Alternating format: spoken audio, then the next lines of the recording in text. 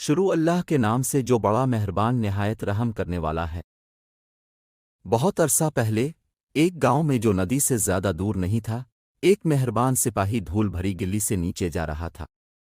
اس کی حرکت سست تھی کیونکہ وہ سارے دن سے چل رہا تھا۔ اسے ایک اچھا گرم کھانا کھانے کے علاوہ اور کچھ پسند نہیں تھا۔ جب وہ سڑک کے کنارے ایک عجیب و غریب گھر پر پہنچا تو اس نے اپنے آپ میں سوچا، یہاں رہنے والے کے پاس میرے جیسے بھوکے مسافر کے ساتھ بانٹنے کے لیے کچھ اضافی کھانا ضرور ہوگا۔ میرا خیال ہے میں جا کر پوچھوں گا۔ اور یوں سپاہی گوبیوں، آلووں، پیازوں اور گاجروں سے بھرے باغ سے گزرتے ہوئے لکڑی کے دروازے کی طرف بڑھ گیا۔ گھر کے سامنے پہنچ کر جیسے ہی دستک دینے کے لیے اس نے ہاتھ بڑھایا تب دروازہ اچانک کھل گیا۔ دوسری طرف ایک بوڑھا آدمی کھڑا تھا۔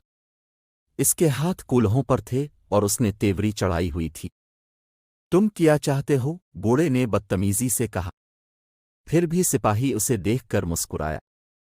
ہیلو، میں ایک گاؤں کا سپاہی ہوں جو یہاں سے زیادہ دور نہیں ہے۔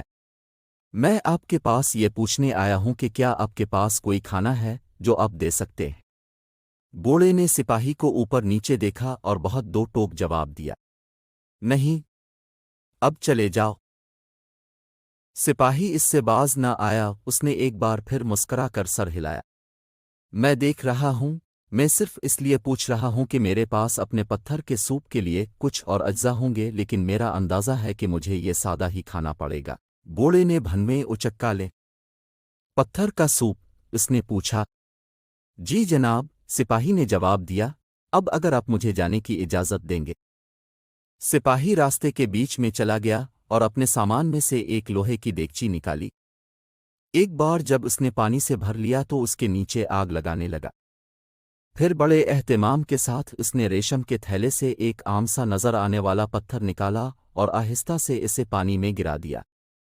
بوڑھا حیرانی سے اپنی کھڑکی سے یہ سب دیکھ رہا تھا۔ پتھر کا سوپ؟ اس نے خود سے پوچھا۔ یقیناً ایسی کوئی چیز نہیں ہے۔ اور تھوڑی دیر بعد سپاہی کو ایک چھوٹی سی چھڑی سے پانی ہلاتے دیکھ کر بوڑھا آدمی باہر نکلا اور سپاہی سے پوچھا، تم کیا کر رہے ہو؟ سپاہی نے اپنے برتن سے نکلنے والی بھاپ کی سونگھ لی اور اپنے ہونٹوں کو چاٹتے ہوئے کہا، مجھے پتھر کے سوپ سے زیادہ کوئی چیز پسند نہیں ہے۔ اس نے پھر بوڑھے کی طرف دیکھا اور کہا، یقیناً تھوڑے سے نمک اور کالی مرچ کے ساتھ پتھر کے سوپ سے کم ہی چیزیں بہتر ہیں۔ ہچکچاتے ہوئے بوڑھا اندر گیا اور نمک اور کالی مرچ لے کر آہستہ آہستہ سپاہی کے حوالے کر دیا۔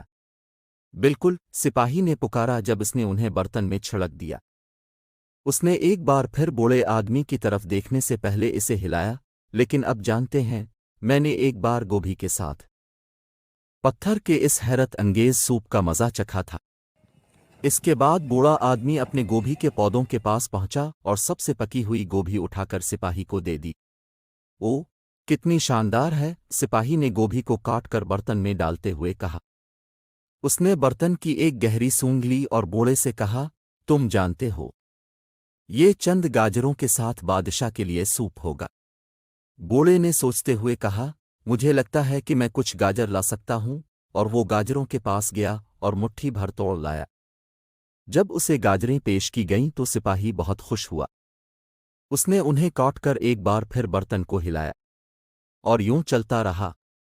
بوڑھا آدمی برتن کی خوشبو سے خوش ہونے لگا جب وہ پیاز، آلو، گائے کا گوشت وغیرہ لے کر آیا۔ سپاہی نے خود بھی اپنے تھیلے میں مشروم اور جو جیسی چیزیں شامل کیں، یہاں تک کہ اس نے اعلان کیا کہ سوپ تیار ہے۔ بوڑھا آدمی سپاہی کی طرف دیکھ کر مسکرایا جب اس نے آدھا سوپ اسے پیش کیا۔ آپ اندر کیوں نہیں آتے؟ میرے پاس آج صبح بیکری سے سیدھی لائی گئی تازہ ڈبل روٹی ہے جو پتھر کے سوپ کے ساتھ مزیدار ہوگی، اس نے شفقت سے کہا۔ اور اس طرح بوڑھے آدمی اور سپاہی نے مل کر ایک شاندار کھانا کھایا۔ سپاہی نے اپنے تھیلے سے دودھ کا ایک ڈبہ نکالا اور وہ بھی شیئر کیا۔ بوڑھے آدمی نے سپاہی سے اتفاق کیا، سوپ اس سے بہتر تھا جو اس نے پہلے کبھی چکھا تھا۔ یہ اس وقت تک نہیں ہوا تھا جب تک کہ سپاہی نے اسے ریشم کا تھیلا نہیں دیا تھا جس میں پتھر تھا۔ بوڑھے کو حقیقت معلوم ہو گئی، یہ وہ پتھر کبھی نہیں تھا جس نے مزیدار سوپ بنایا ہو، بلکہ مل کر کام کرنے اور فراخدلی سے وہ اور سپاہی دونوں ایک ایسا لذیذ کھانا بنانے میں کامیاب ہو گئے تھے جسے وہ اپنے درمیان شیئر کر سکتے تھے۔